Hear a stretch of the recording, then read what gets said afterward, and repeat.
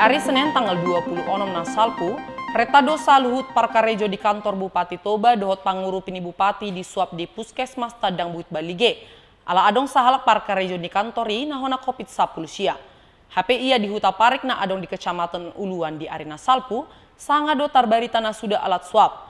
HP pola do sahat mar 40 halak pangisini hutai nahona sahit COVID-10 sia.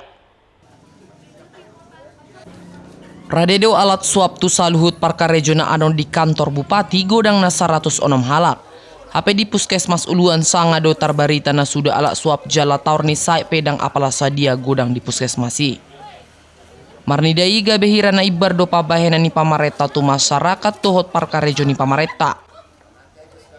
Di hari Senin Nasalpu sian arian saha tu botari margati soring do aka Parkarejo di pareso di Puskesmas Tadak Buhit.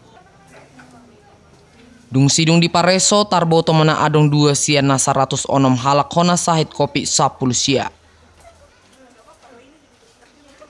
Kemudian kita lakukan swab dan memang terkonfirmasi.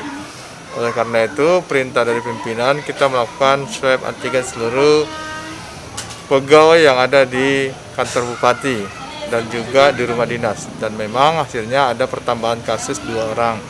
Nuaing na 2 halaki diubah tido di Jabuna B asa unang marsaur doh tak kena torop. Sia Toba TV mabaritahon.